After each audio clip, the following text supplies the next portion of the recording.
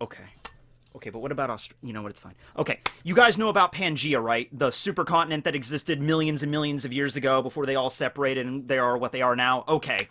The continents are the pieces of Exodia. Is that not the most epic freaking geography theory that you have ever heard in your life? I know it is for me. The only problem, of course, with that, of course, is there's 5 pieces of Exodia and there's 7 continents, but you could get rid of Australia and Antarctica. They're not doing much for anybody. So if you take those 5 continents, though, put them together, you make the destroyer, Exodia. I have a massive pimple on my cheek right now, and it's honestly not that bad in real life, but on here, it looks like a giant freaking target on my face. So go ahead and make whatever jokes you want about that. I took care of it, but damn, that's... Wow, why does it look like that? I need to cover that up with something. Hold on a second. Let me just... Give me a sec here. Okay. Okay, that's good. That takes attention away from it. Okay.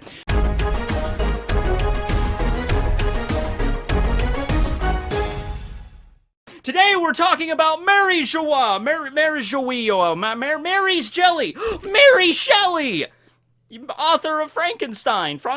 You should, okay, all jokes aside, you should really read this book. It is amazing. All right, now, we're at Reverie right now in the anime. I mean, eventually, we'll get to it at some point. How many episodes did it take to get one chapter in the manga? Chapter 905? It took, what, like 4 episodes to get through one chapter of content? We're probably in for a long ride. In the manga, it was really cool to see all those, characters we haven't seen in a while. Like, oh, there's Dalton, there's Kureha, there's Wapple, there's freaking, Vivi, you haven't seen her in forever. I'm gonna assume the anime is gonna take advantage of every single character they can get and extend that out with filler or like flashbacks. And so next episode, we're gonna be getting a big flashback on Vivi and Rebecca and Shirahoshi. And then when Dalton and Kureha show up and Wappa, we'll get a whole backstory on Drum Island. And then when freaking Charlos shows up to kidnap Shirahoshi, we're gonna get a whole flashback on Sabaody. It's probably gonna happen. But you know what? I'm okay with that because I want to hurry up and get to Wano, and when we get to Wano, I want to hit the ground running and just like power right through Wano and get as much material as we can without any filler or flashbacks, okay? So if that means you gotta jam, like just stuff the Reverie turkey with all this flashback and filler, you know what? It's fine, because when we hit Wano, I think it's just gonna be a constant thing, alright? So let's rock with that, alright? But no, we're heading there right now to the Holy Land atop the Red Line, Mariejois, or Mariejois. There's a few different translations of this. But yes, this is the land where the Gorosei rule over the world, basically. This is the place where Im-sama rules over the world, literally. The world nobles all live there in their own little walled city called the Domain of the Gods, or the Land of the Gods. Get ready, a lot of these names are going to sound particularly arrogant. In fact, let's start with this. So, the Holy Land, there's places like that in our world that we deem sacred, like Jerusalem, like the Holy Land, okay, which is the real world Holy Land. But anyway, in One Piece, they take it a step further. It's not viewed as merely a sacred place to the celestial dragons. I mean, it is, but they take it one step further where they literally view Mariejois as like the upper realm. They consider it kind of like a different plane of existence. Okay, not just because it's a lot higher up than all the other places in the world, except for the Sky Islands. I wonder how the Skypians would feel about that. It's like, oh, you're the upper realm? It's basically in Game of Thrones. It's just like the wildlings go south of the wall. It's like, we're in the south. Like, no, you're in the north. Like, no, we're in the south. So that's how it goes there. But isn't that the most arrogant thing you could basically go with? Right? It's just like, yes, we live up here in the upper realm. We are superior beings to the peons living in the lower realm, which is effectively the rest of the world.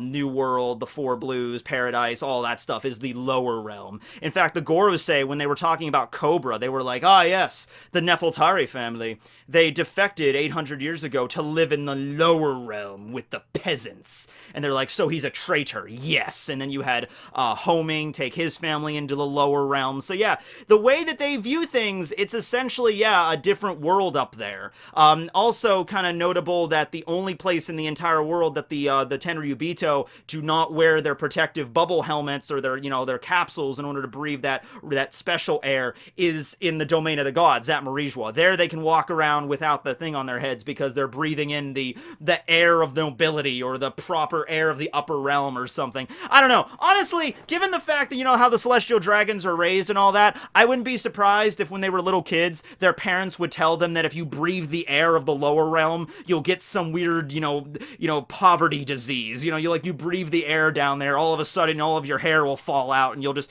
your clothes will immediately turn into tatters or something like that. It's ridiculous, but that's probably what they do. So yeah, that's the attitude of this place going into it. Shining, immaculate, white city. Actually has a lot of references to Flevence, the white town, now that I'm thinking about it, because it kind of does look similar, maybe that's one of the reasons the world government just, they took maybe a lot of that amber lead and they used it for materials in Mariejois. Who knows? Maybe that, oh man, that would be beautiful if, like, all of a sudden amber lead sickness, like, hit the domain of the gods, like this massive plague at once. You'd be like, oh, that's so sad, such a tragedy, yeah. But no, there are similarities there. I like to think they do open it up to tourism, because when we saw the Red Port, we saw, like, a bunch of regular civilians just kind of walking around, and considering how obsessed the Tenryubito are with their tributes and their money, I wouldn't be surprised if they did offer, like, tourism up there, but it's just, like, you're not allowed to go anywhere. It's basically just like, yeah, you can take the gondola up to Mariejois, but you're only, you peasants can only walk up the stairs, take some pictures, and leave, and we're gonna charge you 100 million berries to do that. And they still might do that, who knows? But I like to think that there is a little bit of, because it's like, they're not gonna turn down money at the end of the day, so that's probably how it works there. So upon taking a gondola up the side of the Red Line at the Red Port, you arrive at the very tippy top of the Red Line, and there are these two giant staircases, okay, because there's two gondolas, okay? Each of these staircases you have to ascend in order to reach the proper, the top of the Red Line, and along the way there are these giant statues carved into the side of the stairwell, okay?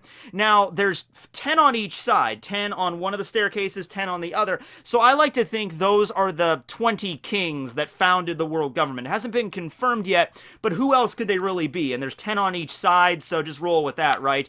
Also, keep in mind that there's two entrances to Mariejois. There's the Paradise side with the Red Port guarded by G1, and then there's the New World side Red Port guarded by Marine HQ, and the Marine, occupation makes sure that pirates can't just attack the Red Port, because that would, like, be I've mentioned this before, but that would be, like, the critical choke point. Like, you've asked me, hearties, attack the Red Port, commandeer a gondola, and let's attack Mariejois. That's, like, the four main ways you can get there, is taking one of the gondolas. I mean, yeah, there's other ways, like Fisher Tiger, but other than that, or having some kind of flying machine, like some kind of ark or something that runs on electricity and gold. Don't know where you're gonna find one of those this time of year, but unless you have some type of flying machine, or you can climb the mountain itself, basically the only way to get to Mariejois is using one of the four gondolas. There's two on each side. So, yeah, there's the Marines there to make sure that pirates don't attack the port and whatever. So, after you ascend that staircase, you arrive at the top of the Red Line, and you can see the giant city before you, okay? Now, just by looking at this image, you can tell the castle itself, Castle PANGAEA, basically is its own mountain. All right, this thing is huge, and those buildings that are, like, super tiny, those are, like, sizable buildings in of themselves that make up the land of Mariejois, the proper city. So that castle is freaking massive. All right, just giant size castle. It could basically be its own. It could fit its own city inside of the castle, probably.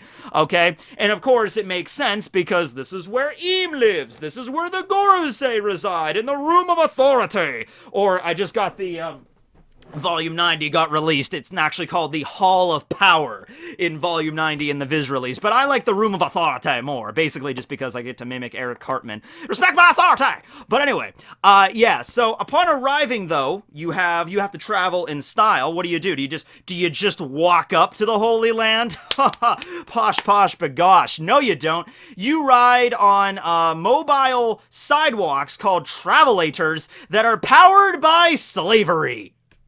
Because this is Mariejois. That's, of course you do. What? It's like 2 steps into this place and you're already getting slavery involved. Way to go, Celestial Dragons. Man, and they try to hide it too. Like, everybody knows what you do up here. You might as well just throw a giant neon sign over the castle that's just like, yeah, we oppress people. That's what we do. We're the world government. That's our slogan.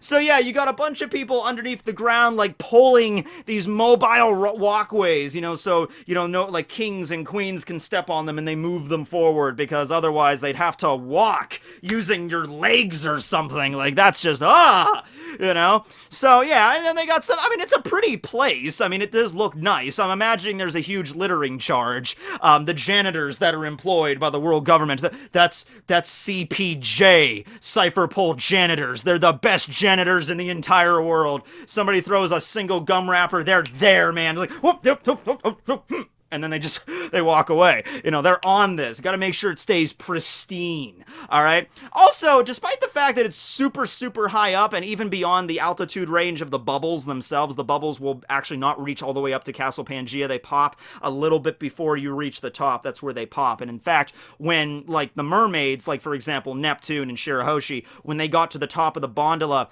they said, yeah, you can't continue on with the regular bubbles because they'll pop when you get up the stairs. You need to replace them with these reinforced bubbles in order to properly, float around, because otherwise it's too high up.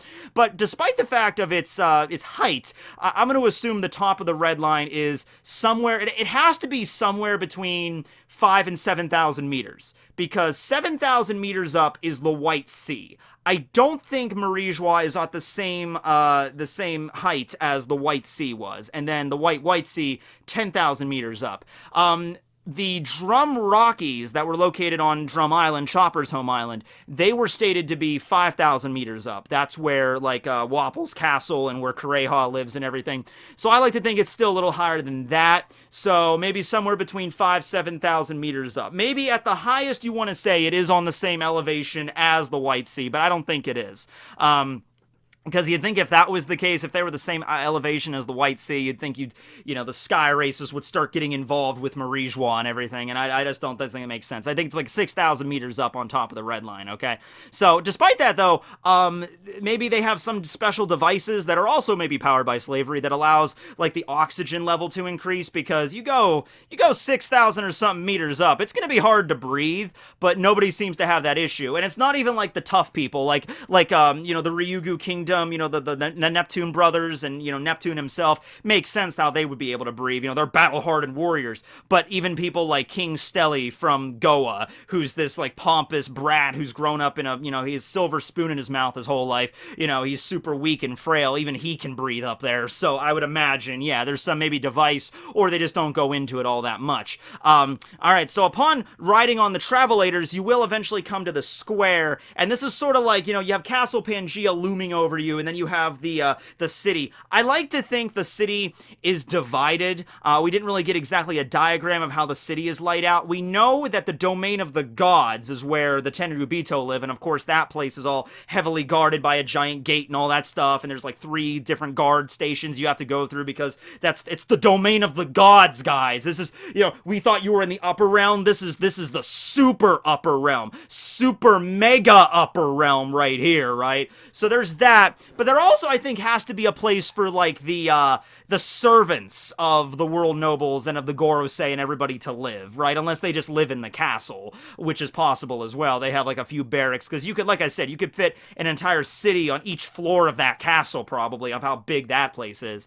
So that might be the case. Maybe all those buildings that we see here, that might just be all reserved for the Tenryubito, and then the castle itself is just where the Gorosei congregate, where the reverie is held properly, and all the nobilities, like, servants and the CPJ, the janitor squad, everybody just lives in the castle, and then the city is for the Tenryubito. That makes sense as well. We don't get to see the domain of the gods too closely, mostly because, I mean, we're not worthy, guys. We are not worthy! But I imagine everything is awash in gold, or that, like diamonds or something, like use diamond pooper scoopers to pick up the golden poop that their dog lays.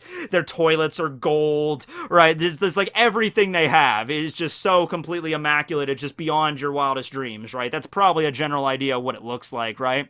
So as for the Castle Pangaea itself, I could probably, and I'm not even kidding about this, if Oda ever came out with like a diagram of this place, he could probably fill like an entire data book of just the schematics of this castle. It's giant. You could have an entire, like, you ever play Castlevania Symphony of the Night with Dracula and your Alucard and you're going into Dracula's castle and it's freaking giant, like freaking Metroid or whatever? Yeah, basically the same gist here. Like, Dracula could fashion an entire video game for the PlayStation 1 based off this place, alright? But, you know, there is the main courtyard that you walk into, the mingling courtyard or whatever, where all the kings and queens, princes and princesses, and their guards and their retainers and everybody get in and just kind of mingle and talk and chill out, and there's food platters set up and everything, and they just kind of relax before reverie starts. Then, of course, you have the Room of Authority, or the Hall of Power. This is where you normally see the Gorosei hang out, and this is where they get together, I'm assuming every day, to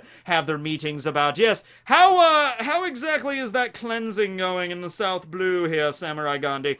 Yes, well, it's coming along quite nicely, but there's a problem in the North Blue. Cleanse it! What about the West Blue? Cleanse that as well! We are the Gorosei. To be fair, though, the Gorosei, they are celestial dragons. It's stated they are the highest, like, class of celestial dragons, but they don't act the same way that the other ones do. Like, they don't act as perverted and as childish as, like, say, Charlos does. You know, because Charlos is just like, Daddy, I want a mermaid! I'm gonna go get one now! I'm just gonna blow my nose, I got snot running down. You know, they're a little bit more dignified than that, but in terms of, like, it's like, give Charlos a lot of intelligence, and you get the Gorosei. He's still a piece of shit, but he has intelligence now, and he can, like, he understands political events going on in the world and various placements of marine troops and exactly how to manipulate the masses. You know, that's the scary thing about the Gorosei. They are the celestial dragons, but they're just really intelligent and knowledgeable about the world, and they run it. Well, run it. But yeah, Im-sama runs it, but they handle the day-to-day operations, right? This is also the place where Shanks arrived. So Shanks got in there, and he's like, I have to talk to you about a certain pirate. Don't know who that's about yet. Probably Blackbeard. So we'll get into that later. We also have the throne room. Okay, now, the throne room works a little differently. You can imagine that any throne room would have somebody sitting on the throne. But no, this is the empty throne. Sorry, that's the empty throne, okay? And it actually looks pretty cool. So basically, the empty throne in the throne room is located right smack dab in the center of Castle Pangaea, which is located right smack dab in the center of the Red Line, which is, of course, located right smack dab in the center of the world. Well, not the center of the world, like the center of the planet, like that would be a little hot, but, you know, it's like, yeah, I don't exactly know how they determined exactly the position, but maybe they had to guesstimate. But yeah, the castle itself, I would imagine the castle itself just built to surround the throne, okay? And so the throne is on top of these different tiers, like different levels you have to walk up, but it's usually just quartered off so nobody can even approach the thing, right? They have guards around it and ropes and all that stuff. You know, those little velvet ropes you see at, like, hotels and stuff? You cannot hope to pass by them. Maybe they're made of sea stone. I don't know. But anyway, you have a stairwell that goes up to the first level. And the first level around the empty throne has a bunch of swords and spears, like hundreds of them jammed in.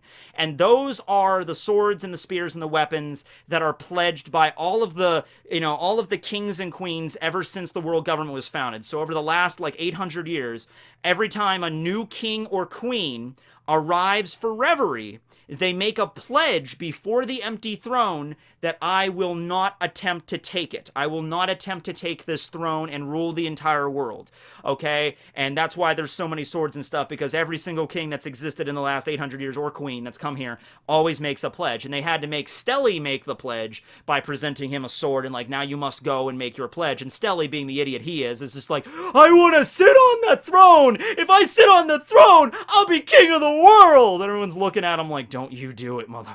Like, he's like, we're just waiting for some idiot like you to do that one day. Just go ahead, do it. Because guess what? You're king of a backwater kingdom out in the middle of the East Blue. That title's not gonna save you. We're gonna off with your head, and then we're gonna go back and burn your kingdom to the ground. And then we're gonna basically sink your entire island. You don't think we can? We're the world government. We can do whatever, you know? So, Stella, don't do something stupid and have Luffy's hometown burned down, please, for the love of God.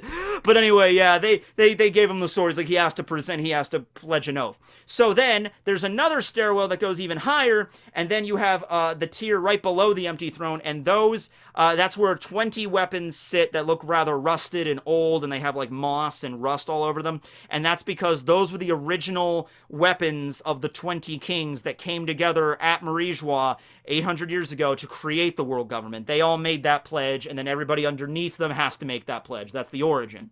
Then you have a staircase ascending up, then you have the empty throne. Okay? Now, as far as everybody is aware, the Gorosei are the ones that run the world. I'm assuming most of the servants even, you know, do that. There was like an old dude that was explaining the empty throne concept to Stelly, and I think even he genuinely believed in the idea. And it's a good idea. It is. It's just like, okay, yeah, we're making a pledge that there'll never be a single ruler or monarch over the world. That's a good idea. The first time, I don't know about you, but the first chapter, chapter 907, I believe, was called The Empty Throne. When they explained the concept of it, I was sitting there thinking, oh, that's pretty cool. It's gonna be bullshit though, isn't it?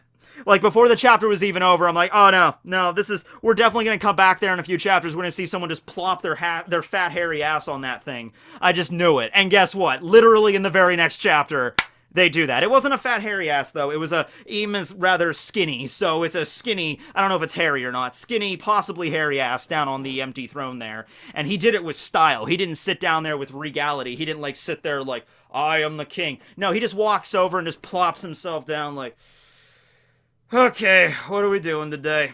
I'm Eam, I'm king of the world, basically. So that's the empty throne room. We also have the flower garden room. This is a rather nice area that's completely filled with various greenery and trees and like moss just up the side of the walls and everything. Flowers and little butterflies and birdies are singing, and it's just so pleasant.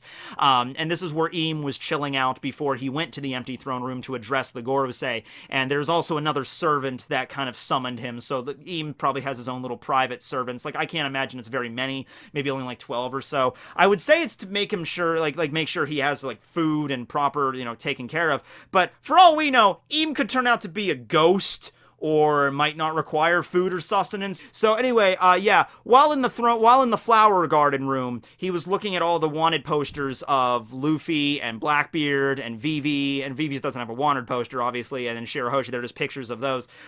He slices up Luffy and Blackbeard's, like dices them up and rips them to shreds, stabs a knife through Shirahoshi's, who's Poseidon, and he carries Vivi's with him. As he walks over to the throne, he's just like, so I take that to mean, like, you know, we just need to get rid of the will of D-Clan in general. When he was ripping up Luffy's and Blackbeard's, like, frickin' D-Clan, screw them. And then he looks at Shirahoshi and he's just like, she's the ancient weapon. We need to make sure we get her on our side, or we need to eliminate her, one of the two, and then stabs a knife through that. And then Vivi, I think he has the hots for Vivi. I think he's just like, Vivi, your family betrayed us 800 years ago, but you're such a lovely young lady, yes. You know, it's just like, you want what you can't have, you know? It's just like, well, yeah, all of the 19 families that stayed in Mariejois, that one family, like, oh, she's a bad girl, she's a rebel. No, she literally was a rebel, you know, so there you go, okay? Yeah, I think he has the hots for Vivi, so we'll see how that goes, how that pans out. Pangaea Castle.